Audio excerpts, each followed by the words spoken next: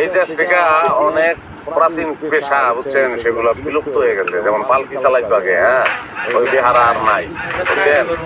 তারপরে ওই যে এক মালায়া নৌকা চালাইতো, সেটা না ইঞ্জিন লাগতো, বহুত কিছু কিন্তু আমরা ধ্বংস হয়ে যেতেছে।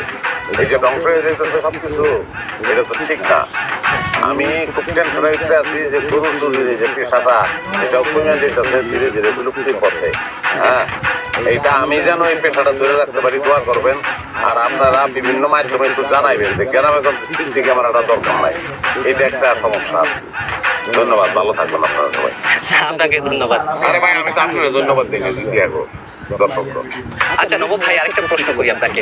এই যে জনতা আপনাকে জুতার মালা দিয়েছে, আপনার অনুভূতিটা কি একটু প্রকাশ করবেন?